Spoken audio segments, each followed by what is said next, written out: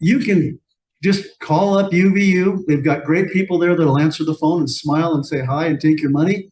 But you can say, I want to make reservations for the November luncheon, December, January, February, and March. We've got these luncheons coming up. You can reserve them ahead of time so you don't have to worry about, did I make the reservation for this month? Oh, wait, didn't I not? Just do it all at once and have at it. So please enjoy your lunch while we get ready to get started. We'll get going in a little bit.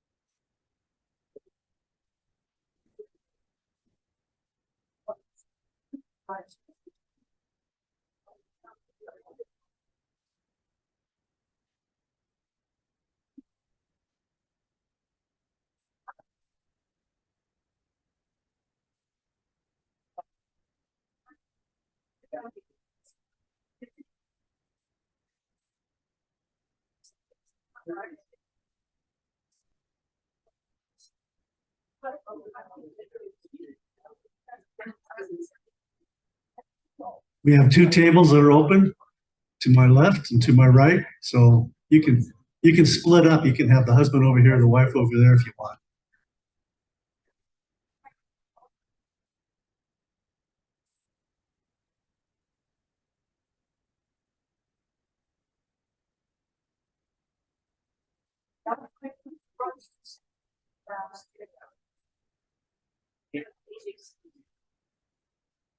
There we go.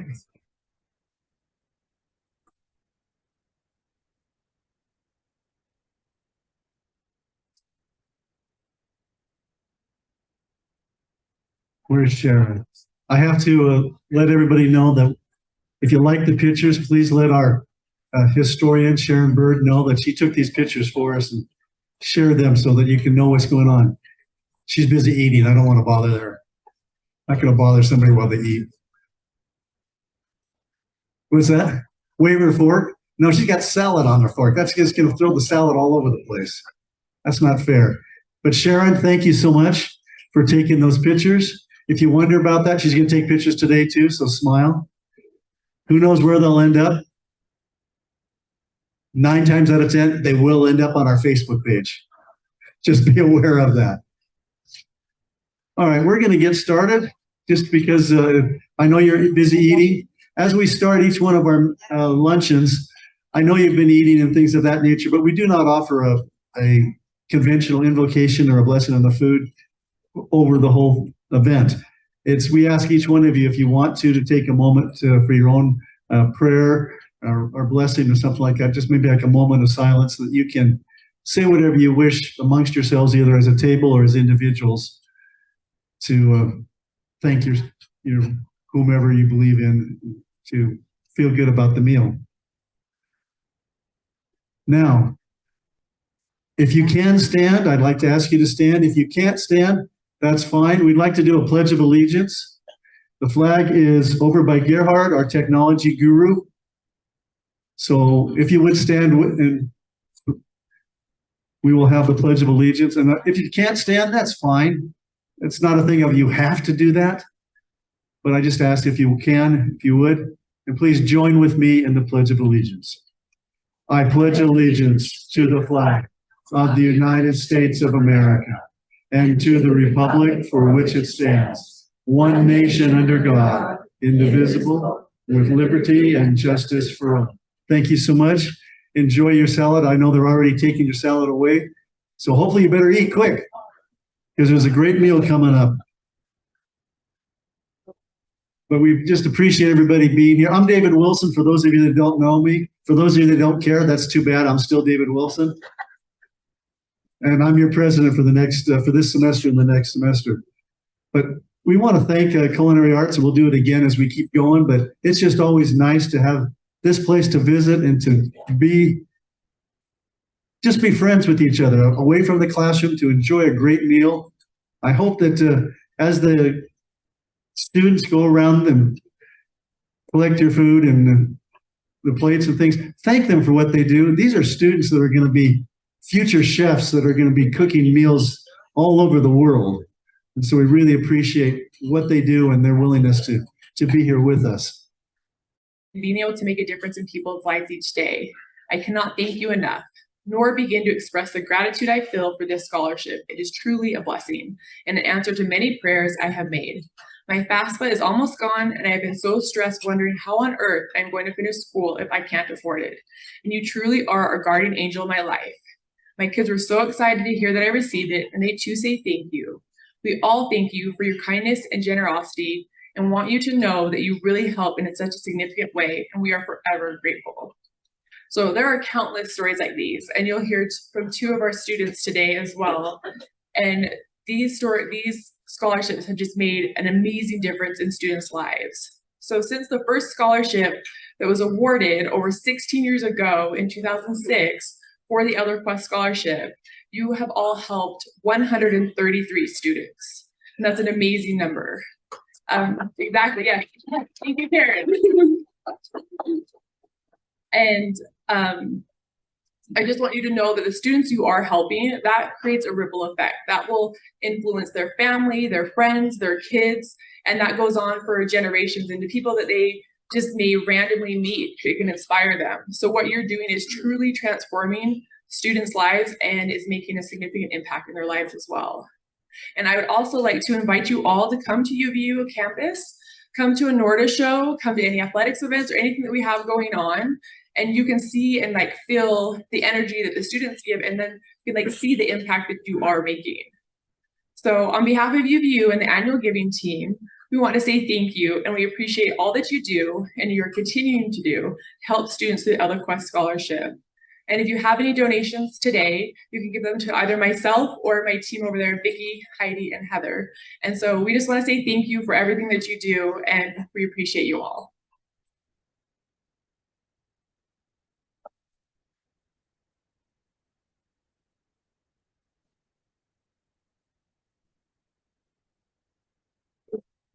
We are so grateful for the help that UVU gives us. You have a wonderful scholarship committee, and I would like them all to please stand. I want you to see who they are. Stand up. It won't hurt you to stand for a few minutes. You're strong. Except for Dave. Where are you, Dave? All right, Dave's going to stand. These are the five. We are the five people that choose the scholarship winners. And we take it as a serious, serious obligation. It's your money. We want to make sure that we do the right thing with it. There are two veterans standing here. Dave, who fought in Vietnam and also taught, when he wasn't fighting, speech and drama at a junior high. Remain standing. And then over here, we have our chaplain. Mavis Nibel never could believe that this man was able to marry people. She just would not accept that. And I even had her come over and talk to him. She still didn't believe that there was anybody in the world but a bishop that could marry people, and he wasn't bishop, he was a chaplain. He served in the Far East, he served in Europe, he served for 25 years, and all of a sudden I've forgotten your name, tell me. Oh, Kent Larkin. Okay, this is a senior moment. This is Kent Larkin, and he has been a gem. So thank you, Kent. Standing right here is the vice chairman, and normally she does this one. This is the one she has, but this is my dear friend. What's your name? Terry Ann Harwood. She worked with us at UVU. She had Elisa's position. She had Vicky's position. So I met her there. And that was back in the days when we could interview the students. We can't do that anymore. We can't even know what nationality they are or anything about them or whether they're male or female or anything. We just have to fly blind through it. But Terry Ann has been an incredible help, as they all have been. And then my friend Bonnie Harmon. I actually remembered her name. I'm surprised. Bonnie, Terry Ann, when she was at BYU, I need to tell you, UVU, she was the student body president. So that's a lot to be said. And then when she graduated, she worked in this office. Bonnie worked in Hollywood. She worked for Warner Brothers Studios. She was in charge of transportation. We go to the movies together. She looks at who's in transportation to see if she knows them. She's a member of the Teamsters Union. She's the only person I know that's a member of the Teamsters Union. These are the 5 remarkable people that choose your scholarships. Thank you so much.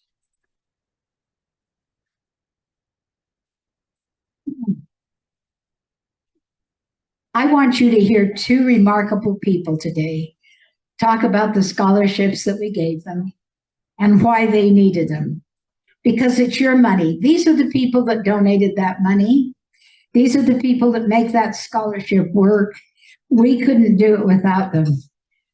First today, we're going to hear Kimberly Smith speak, and then we'll hear Drew Malbicio. Malbica. Yeah. I knew I'd get it sometime. You can tell names aren't my forte. Money is. All right. Let's go with Kimberly, and then you, Drew, and then I'll be back.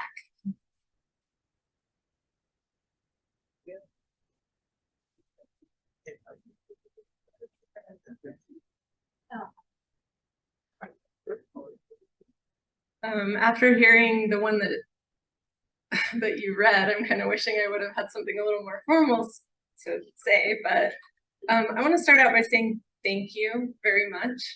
I applied to a lot of scholarships. This is the only one I got, and it surprised me, honestly, because I thought I'd just get all no's. And let me tell you a little bit about myself.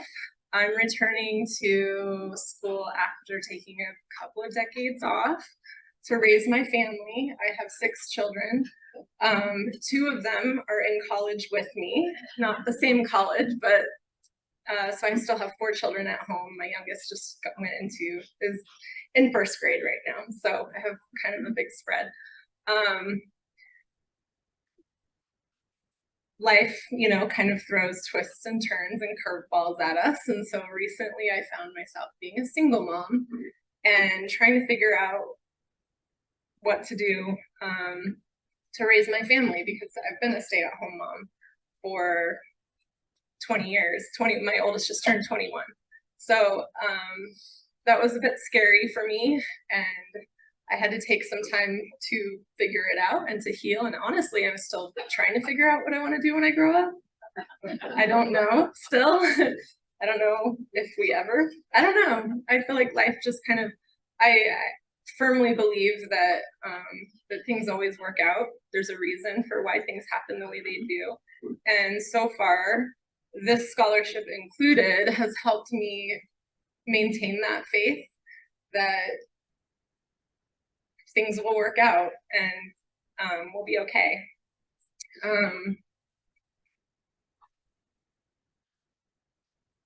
Thank you so much. I still am not quite sure. I have 1 more semester left, so this is my 2nd to last semester. So in the spring, I should be graduated. I was telling the lovely people at my table that I keep changing my degree and I keep changing my mind. So I think as of right now, it'll be somewhere in the realm of business management and finance. I have enough credits to graduate in either or both, maybe. I don't know. I'll have to look into that, but double major would be kind of fun. I mean, like right now, I get by doing some part-time work. I ghostwrite, if you know what a ghostwriter is. I write for other people in their voice, and so I write things for the internet, books, that kind of thing for other people, so they don't have to do the writing, and I do it for them. And I would like to get into more of management. While I still have little ones at home, I'm okay kind of slowly easing back into the workforce, but I know it's right around the corner that I'll be there full time and loving it. And thriving, hopefully. And so I just want to say again, thank you so much for choosing me. I know that you didn't know me and from anyone else, and now hearing how many other people had applied, I feel even more grateful and more appreciative of the opportunity. So thank you so much. And I know that it's blessed me and my family, and I love that I'm being an example to my children to hopefully not, I hope they don't put themselves in the position that I put myself in to, be this late in my life and not having anything to fall back on. I love hearing stories of strong women that have worked, and I know I can't go back in time, but I'm definitely trying to teach my children a different route to, prepare for whatever life throws at us. And so, yeah, thank you very much.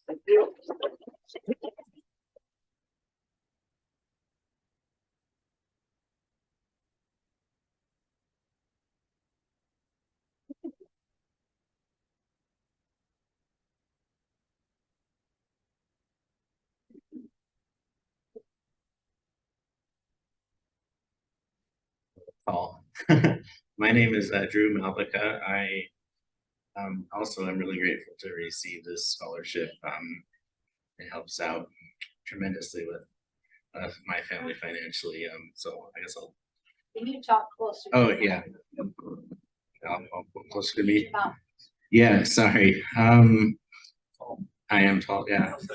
That's perfect. Yeah. All right. So how I got to where I am now is I had about 10, 12 years ago, started a career in automotive technology. I used to work on cars and I didn't really enjoy it all that much. It kind of got tedious and tiring, and it's really hard on your body.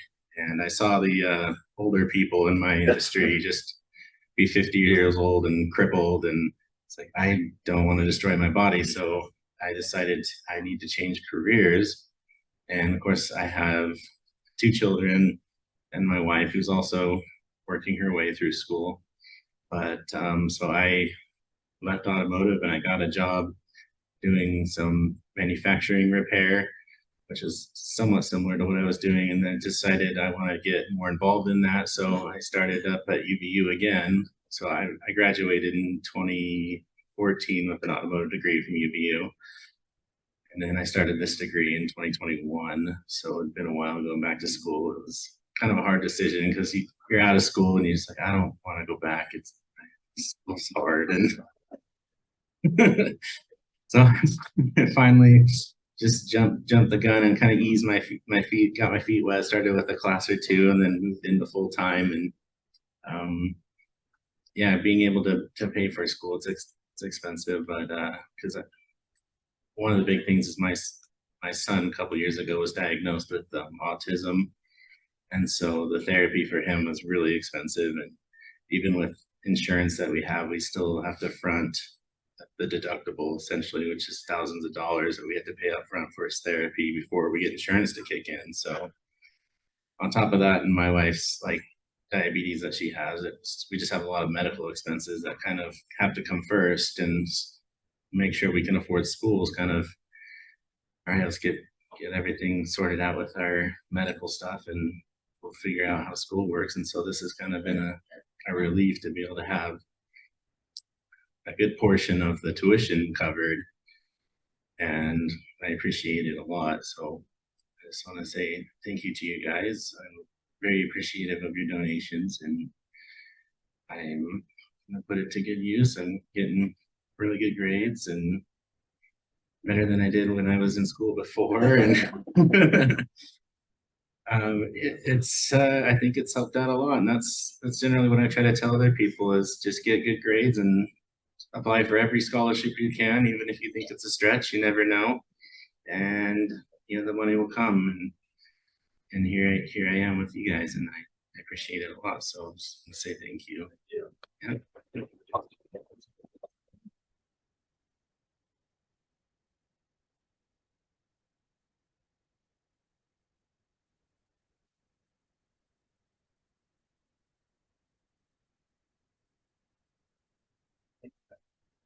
Oh, sorry.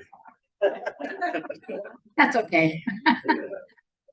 Well, now you've met two of your scholarship winners. And at the spring seminar, we hope you meet another 4 or 5 of them. We have given 6 scholarships so far this year, 2 that were for 2 semesters. They call them fall and spring, which I have a hard time thinking when we start in January it's spring, but that's what they say. So they have both fall and spring, and then we have 4 that have 1 semester. So you have given 8 scholarships this year. You should be so very, very, very proud of you. Thank you. Thank you for reaching deep. There is no substitute for education. Absolutely no substitute for education. When I was teaching, I had a girl in my class that was absent quite often. And so one time I called her home and I couldn't get any kind of an answer. So when she did come back, I said, "Why have you missed so much school?" Because she said, "If I'm ever late coming home, my mother takes a week away from school for me. So I can't go to school for a week." Now, this is back in the days when Utah believed parents should send children to school. They no longer believe that. You no longer have to send your children to school. But back when I was teaching, if you didn't, you went to jail. But now, as they said to me in the Office of Education, there are so many divergent groups in Utah that we just no longer can pursue that path. So if they say they're homeschooling them, we just take them at their word. But we don't test them. We don't do anything to make sure that they are receiving an education. I find this ludicrous. I'm sorry, but I find this ludicrous. The only state so far that I know still makes the kids go to school or the parents go to jail is Washington. Now that's a pretty liberal state. But boy, when it comes to education, they're not. You go to school or you go to jail. And that's the way it used to be in Utah. So this poor girl, every time she was late, and by late, that means 10 to 15 minutes. We're not talking hours here. They kept her out of school. And I talked to social services and they said, "Well, we'll try, but I doubt we can do anything." I heard that a lot. And I'm sure any of you that worked in education heard that a lot as well. There are parents that refuse to send their kids to school. They don't want them to be educated. I find that ludicrous. Why wouldn't you want somebody to be ludicrous? I mean, why wouldn't you want somebody to be educated? You don't want them to be ludicrous. I don't know why I'm even in this position. Anyway, we have a family that we know very well who refuses to send their children to school. They homeschool them. And they do such a good job that the 8-year-old who would be in 3rd grade couldn't read the eye chart when he went in for an eye examination. So they had to give him one for those that are uneducated. Those kids couldn't read danger, keep out. Explosives, don't go. Turn left, wrong way. There are things that we read that tell us to take care of ourselves. And when you deny a child education, you deny them the right to read or write. We are a group of Elder Quest people that believe in lifelong learning. You're here because you want to keep learning. So I'm preaching to the choir. But you need to know that there are kids out there that can't go to school because their parents won't let them. One 15-year-old boy just recently said to me, "I wish my mother would let us quit living in a car and driving around so that we could go to school." It's not because they're poor. It's because she wants to do road trips. She believes that education should be field trips. So you do constant, eternal field trips. You live in a car. You go places like Rock Springs, Wyoming. You know, Casper, Wyoming. Maybe you'll hit Deer Gulch, Utah. I don't know. But that's what these kids are doing. And they're not being educated. They cannot read and write. One little girl said to her grandmother just recently, "I wish I could read, but mother says I don't need to." She doesn't deserve to be a mother. I'm sorry, but we need to know how to read and write. We can't get along in life if we don't. So for those of us that have been educated, and all of us here in this room have been, when you see these people, it's your job to do what you can to help them. And Elder Quest does what we can to help people finish their education. They have to have a B average to get our scholarship. They have to have a B average. They have to be a junior or a senior. So we know they're serious about it to get our scholarship. They have to be going to UVU. They have to be taking at least 12 hours of credit. We don't want you to waste your money. We want to make sure that every dollar you spend goes to people like you just heard speak. And so when you give your money, we don't keep one penny. UVU doesn't keep one penny. And believe me, when we read these things, we sit and cry. We do. And we feel terrible that UVU won't let us know who these people are. Because the five of us, all of us would gladly help some of these people, but we can't. One that I read just broke my heart. She said, if I walk fast, I don't freeze when I try to go to the train to go to school, because she said, if I walk fast, I don't get as cold, but I don't own a winter coat. This was January in Utah. Any one of us of that 5 committee would have bought that girl a coat. We'd have been happy to buy her a coat. You would have been happy to buy her a coat. And we hear stories like this all the time. All the time. We know people that are living in their cars and going to UVU. We know people that are packing food up in a cool chest so they can eat out of that cool chest all week and go to UVU. These are the people we read about. These are the people that use scholarship. You are incredible. You are saviors. You are among the most blessed of people. I swear to you, God will bless you because you have helped educate people. And there is no greater cause in this world than to educate people. Thank you, thank you, thank you for caring. I love you. My committee loves you. And these students love you. It must be wonderful to be that loved. Thank you.